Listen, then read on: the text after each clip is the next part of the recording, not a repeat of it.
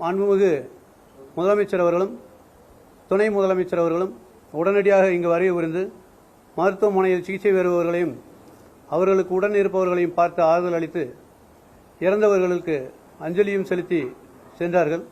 மாவட்ட நிர்வாகத்தின் சார்பாக நாமளும் இங்கு ஒரு கட்டுப்பாட்டு அறை திறக்கப்பட்டு யாருக்கேனும் ஏதேனும் உதவிகள் தேவைப்பட்டால் அந்த அறையில் தொடர்பு கொள்ள இங்கும் மருத்துவமனையில் கட்டுப்பாட்டு அறைகளும் உருவாக்கப்பட்டன.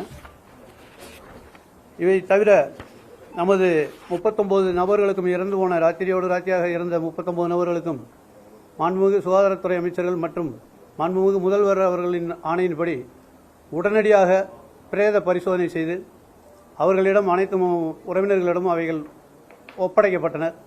எனவே மாவட்ட நிர்வாகத்தின் சார்பாகவும் தமிழ்நாடு அரசின் தீவிர உத்தரவுகள் மற்றும் ஆணைகளின்படியும் மாண்புமிகு முதலமைச்சர் மற்றும் துணை முதலமைச்சர் அவர்கள் இங்கு வருகை புரிந்து கொடுத்த கட்டளைகளின் பேரிலும் அனைத்து சிகிச்சை பெற்ற நோயாளிகளுக்கும் சிறந்த முறையில் தீவிர சிகிச்சைகள் அளிக்கப்பட்டு மருத்துவமனையில் எந்தவித குறைபாடும் இல்லாமல் மருந்துகள் மாத்திரைகள் வழங்கி அவர்களுக்கு தீவிர சிகிச்சைகள் இன்னும் தொடர்ந்து கொண்டிருக்கின்றன என்ற விவரத்தையும் தெரிவித்துக் கொள்கிறோம்.